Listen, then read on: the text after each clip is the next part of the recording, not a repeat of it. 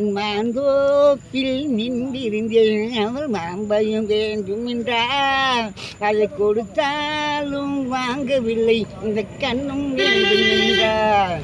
நான் கண்ணி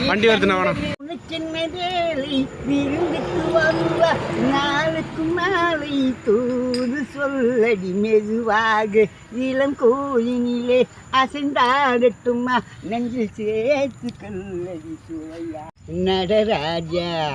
மெதுவான் சிலையா பொதுவான் சொல்லையா கருக்குள்ள பொண்ணு விட்டு பார்த்துக்கோ கண்ணிரண்டும் பொண்ணு மேலே போட்டுக்கோ அள்ளித்தரும் பரிசை வாங்கிக்கோ